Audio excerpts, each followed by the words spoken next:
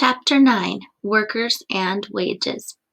Your learning objectives this week are to describe who makes up the labor force, explain how the demand for goods and services affects the demand for labor, list 3 things that may affect wages, explain how better capital resources can affect workers.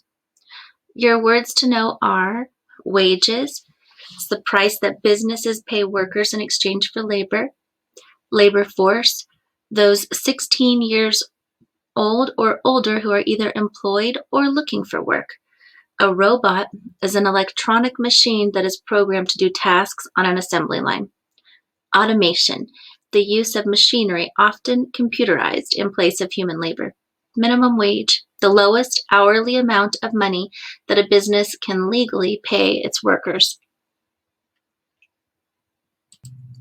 Lionel and Maria are looking for summer jobs. They apply at several fast food restaurants, the city recreation department, and some grocery stores. I'm discouraged, says Lionel. For every job we apply for, there seem to be 100 other people applying too. Most of these summer jobs don't pay a whole lot either. I don't know, replies Maria. It seems like all the high school kids in the city are looking for summer work now. I guess business owners can pay us low wages because there are so many of us willing to work. Lionel wipes his forehead. Well, I'll tell you something. I'm not going to put up with this for the rest of my life. Someday people will beg me to work for them. They'll pay me well, too. Oh, really, says Maria. How are you going to do that? I'm heading for medical school. I'll be a brain surgeon. Maria nods. I think you've got the right idea. Maybe we should be thinking about spending some extra time studying this summer if we don't get jobs at Burger Heaven. Supply, demand, and wages. Economic fact. The Department of Commerce estimates that there were about 205 million people in the United States labor force in 1998. Lionel and Maria are discovering some important facts about how wages are determined. For the most part, wages, like prices, are determined by supply and demand. Wages are the price that businesses pay for labor. People in the labor force are the suppliers of labor. In the United States, the labor force is defined as people 16 years old or older who are employed or looking for work. Corporate executives, secretaries, chefs, and gardeners are all part of the labor force. So are people like Maria and Lionel, those who want jobs but have not found them yet. People who choose not to look outside the home for work, such as homemakers or retired people, are not counted in the labor force. On the demand side are businesses. They demand or want to hire a certain number of workers. A small store may require only a few clerks, while a large corporation may employ 10,000 workers. In Unit 2, you learned that many things can affect supply and demand, and therefore prices likewise. Likewise, wages can be affected by changes going on in the economy. Being aware of these changes can help you prepare for your role as a worker. Like Lionel and Maria, you can take certain steps towards getting yourself a job with good wages. How the demand for goods and services can affect the demand for labor. At one time, young people in cities like Detroit could pretty much count on always getting good jobs. There were lots of high-paying jobs at Detroit's automobile manufacturing plants. While the jobs were often hard and boring, they usually paid fairly well. Workers also felt that their jobs were secure. However, in the 1970s and 1980s, the demand for American cars decreased. People were buying more foreign-made cars instead of cars made in Detroit. As a result, the major automakers in the United States decreased their production of cars. This meant that the demand for auto workers decreased as well. There were not as many auto industry jobs in Detroit as there were before. Though Detroit's economic situation has improved in recent years, this example shows how the demand for goods and services affect the demand for labor. When the demand for a good or service is high, then the demand for labor in that industry is also high. When the demand for a good or service is low, then the demand for labor in that industry is low. For that reason, it is a good idea to try to plan for a career in a growing industry. For example, the percentage of older people in the population is increasing. That means there will be a greater demand in the future for retirement home workers and medical workers who specialize in older people's needs. Another growing industry is the field of electronics. Each day brings new advances in home and business electronics. Think about the latest CD players, alarm systems, and digital displays on car dashboards. It is likely that the demand for electronic engineers and technicians will be higher as well. The demand for workers in the medical industry is expected to grow. Who is counted in the labor force? Who is not? What is one example of an industry that may have a greater demand for workers in the future? Why might there be an increased demand for labor in that industry? How education and skills affect wages. Workers in a certain industry do not always get high wages just because there is a demand for them. For example, there may be a great demand for fast food workers. However, wages in that field are not very high. This is partly because there are many people qualified to do those jobs. A large labor supply for an industry tends to mean lower wages for those workers. Now think about the skills, training, and education it takes to be a brain surgeon. Not many people have the time, money, qualifications, and drive to pursue such a career, in part because of the limited labor supply. Brain surgeons make very high salaries. Generally, the more skills, training, and education a job requires, the higher the wages. Median income in 1998. Here's the years of school completed, women and men. So high school 9th to 12th grade with no diploma make about $16,482, and men make about $23,958. If they graduate, they make more. College and bachelor's. This is how much you would make. Men always seem to make more. It's not nice. The chart above shows the median income for year-round workers who were 16 years or older in 1998. The word median means that half the population earns more than the listed income, and half earns less. The chart compares that income to the number of years of education that the workers have completed. Check your understanding. How productivity affects wages. Another factor affecting wages is worker productivity. Workers who produce more per hour will often get higher wages than those who produce less. On one level, this may mean that the person who works the hardest gets the raise. On a broader level, it may mean that a company that is more productive will pay its workers higher wages. Remember, productivity is the amount of goods or services produced in a given time period. Businesses often try to increase productivity by providing workers with better capital goods or resources. These can help increase a company's output of goods and services. For example, for many years, office workers used typewriters. Now, computers help such workers produce more letters and reports at a faster rate. This increases productivity. If productivity is increased for the company, it may mean higher wages for the office workers. Sometimes these new capital resources can replace workers. For example, many automobile factories use electronic machines called robots. These robots now do many of the tasks once done by humans on the assembly line. The use of machinery or robots to replace human labor is called automation. Some automobile factories are now almost totally automated. The cars are almost completely put together by robots. Hundreds of people used to be needed in such factories. Now it takes fewer people working at computers that run the robots. There are many other examples of technology taking jobs away from people. Large farm machines such as the combine can do the work of many laborers. Fax machines and email may replace messengers who hand deliver papers. In addition, some bank workers have been replaced by automated teller machines, ATMs. It is important to remember that while such new technology eliminates some jobs, it also creates others. Think about the worker who once fastened bolts on an assembly line. This person might learn how to run and repair the machine that does that job now. Workers of the future must be willing to learn new skills as fast as technology changes. It is one way to ensure the best chance of having a job. What it means.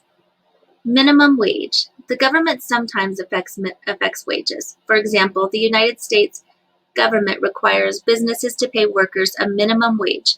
Anything less than this hourly wage is illegal. The current minimum wage is $5.15 an hour.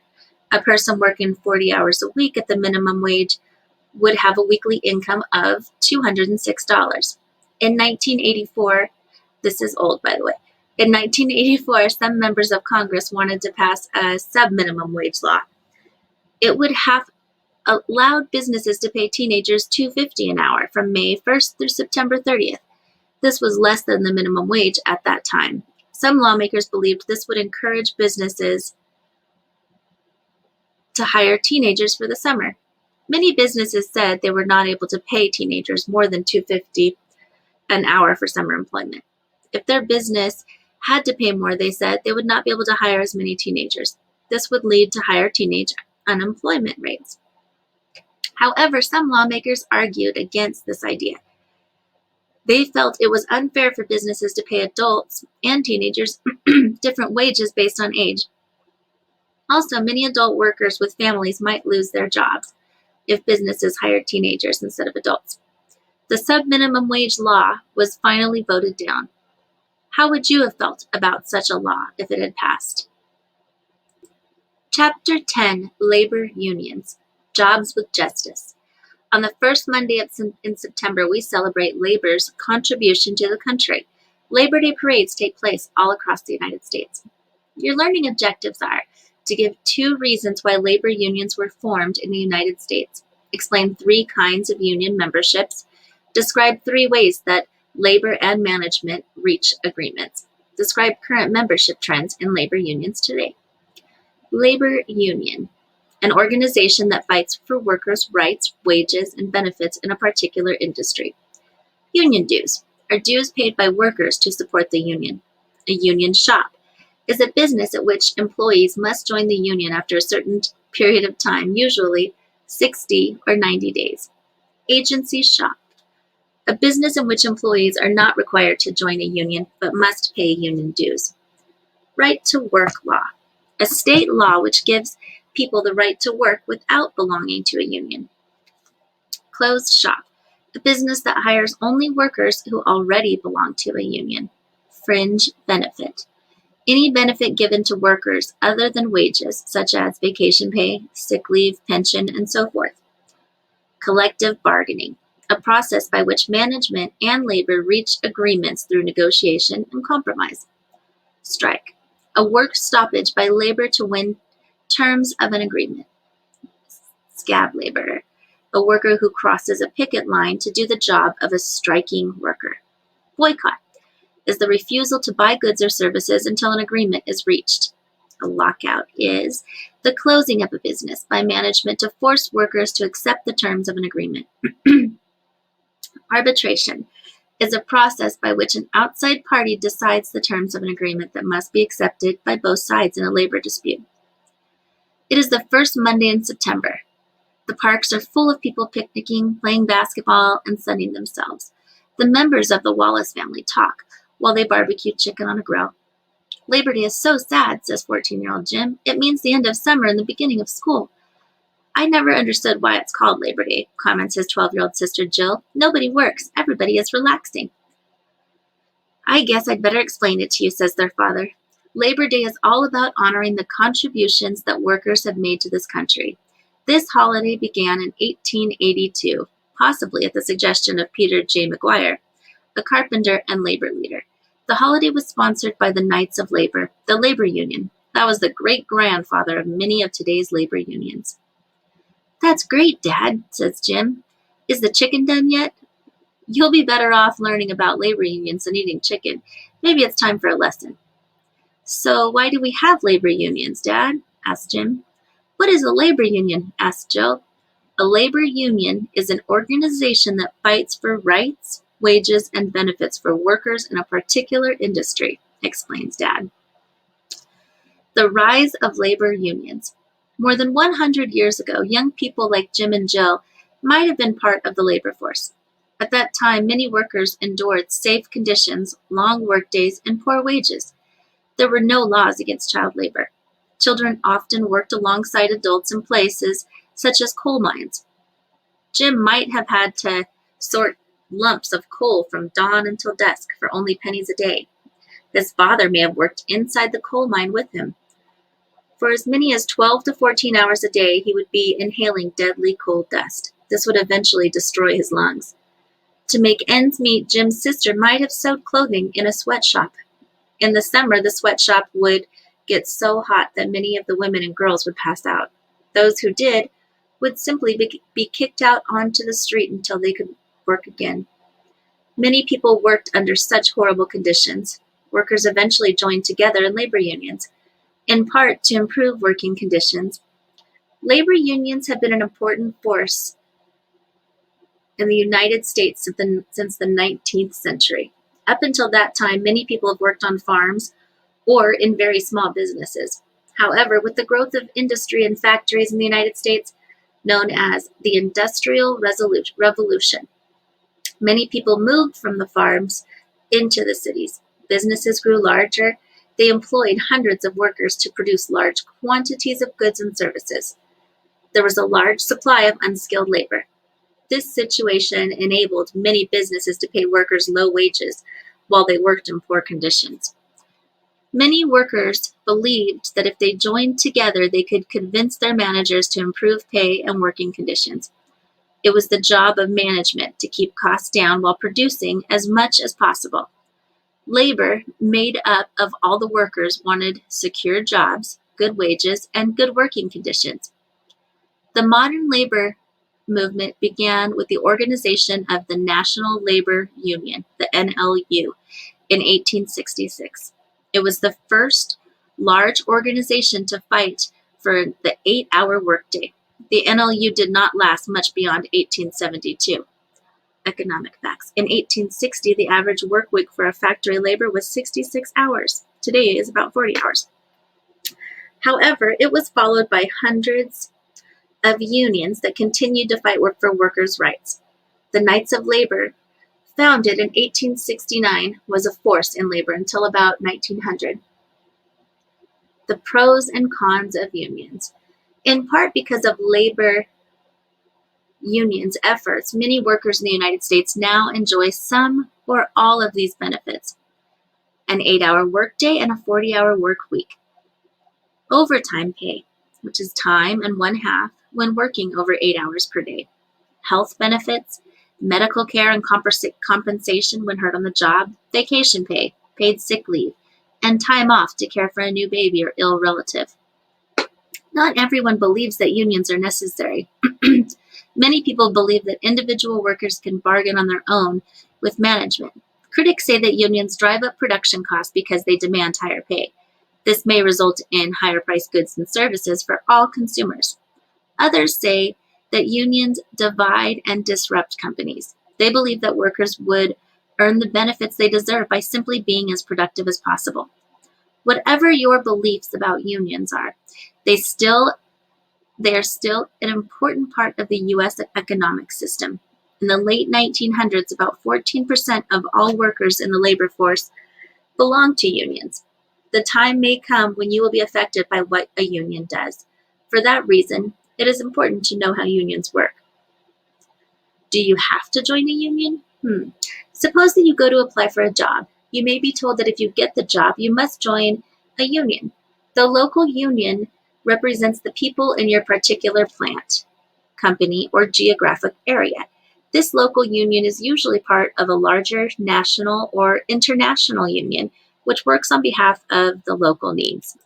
Being a member of the union means that you will have to pay union dues. These union dues go towards supporting the union. The union believes that since it is working for the good of all employees, then everyone should pay dues. However, you are not sure you want to join the union. Do you have to? It depends. The type of union described above is called a union shop. It requires new employees to join the union after a certain period of time, usually 60 or 90 days. In an agency shop, employees do not have to join the union. However, they do have to pay union dues. Union members and non-union members can work in an open shop. If union shops and agency shops are legal in your state, then you probably must join in order to get this job. However, if your state has right-to-work laws, then you do not. Right-to-work laws mean that people have the right to work without belonging to unions or paying union dues. A state's right to pass such laws came about in 1947 when the Taft-Hartley Act was passed. This act also outlawed the closed shop, in which only workers who were already members of the union could be hired. How unions and management reach agreements. As you know, the goal of many unions is to get fair wages and good fringe benefits for employees. These fringe benefits may include health care, vacation, sick days, and so forth. Meanwhile, management wants to keep costs down and production up while being fair for workers. How do these two sides ever agree? Remember, businesses want to make a profit. That's why management wants to keep the cost down. Labor unions and managements sit down and negotiate. Through collective bargaining, they state their goals and work out acceptable agreements. Often, both sides must compromise. Here is a simple example of what may happen in collective bargaining. Suppose the union asks for a 10% wage increase. Management says it cannot afford it. It offers a 3% wage increase. The union says it will accept a 5% wage increase with an extra paid sick day for each employee per year. Management agrees. Each side has given up a little to reach an agreement.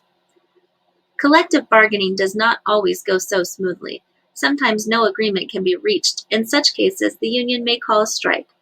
A strike is a call for all laborers to stop working until the union's demands are met. The workers sometimes walk a picket line to voice their opinions and to keep scab laborers out. Scab laborers are non-union workers hired to keep a company running during a strike. Auto workers, steel workers, transportation workers, and others have used or threatened to use strikes to get what they want. Here's an economic fact. In 1786, printers in Philadelphia, Pennsylvania, carried out the first strike in United States history. A union may also call for consumers to boycott a company. During a boycott, workers urge all consumers to stop buying the goods and services that the company produces. This tactic was successfully used by the United Farm Workers in the 1970s. By encouraging consumers to boycott grapes, farm workers won better wages and working conditions from grape growers. Both strikes and boycotts are meant to put economic pressure on companies and force them to give in. In some cases, management may try to force labor to agree to certain terms through a lockout. During a lockout, the company closes its doors to its workers. While the business is closed, workers receive no wages. This might cause many workers to give in. Strikes do not always work. For example, the strike by air traffic controllers during the early 1980s resulted in many union members losing their jobs. During the long history of labor unions, there have also been many instances in which strikes and lockouts have ended in violence. Today, labor and management try to avoid violence by using arbitration. This means that an outside party looks at each side's demands to determine a fair outcome. Usually, both sides agree to accept the arbitrator's decision, no matter what. What is happening with unions now? Unions lost membership and strength in the United States during much of the latter part of the 1900s. In 1970, 27.3% of the labor force belonged to unions. This figure dropped to 13.9% in 1998.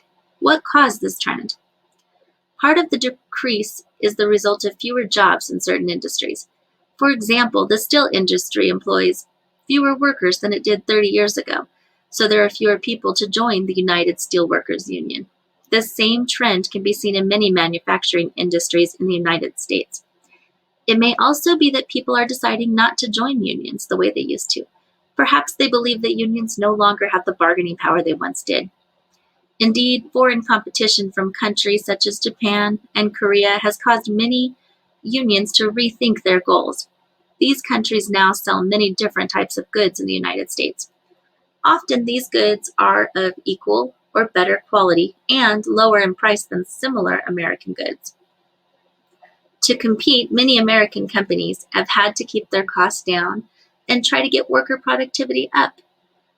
During the 1980s and 1990s, many unions agreed to give up wage increases in exchange for job security. This does not mean that unions are disappearing or giving up. Many unions are trying to maintain existing worker benefits, such as health care, instead of trying to increase them. Other unions are offering retraining for displaced workers. As the needs of the workforce and the economy change, the unions must change too. 5 unions in the United States in 1999: the Teamsters, United Food and Commercial Workers International Union, American Federation of State, County, and Municipal Employees, Service Employees International Union, and United Auto Workers. Learn more about it. One of the strongest voices in American labor in the 20th century was the Afl-Cio, the American Federation of Labor Congress of Industrial Organizations. The Afl-Cio is known as a federation. It includes about 70 unions with about 13 million members. At one time, the AFL and CIO were separate federations. The AFL was organized in 1886 under the leadership of Samuel Gompers. At that time, it mainly represented skilled craft workers. The CIO was founded in 1938 by John L. Lewis. In contrast to the AFL, it included most unskilled assembly line workers as its members. After the passage of the Taft-Hartley Act, which was seen as anti-labor, these two federations were drawn together. They formally joined in 1955. Since that time, the AFL-CIO has helped to pass many laws that favored the cause of labor. Politicians often seek endorsement by the AFL-CIO as a way of gaining workers' votes. That's it.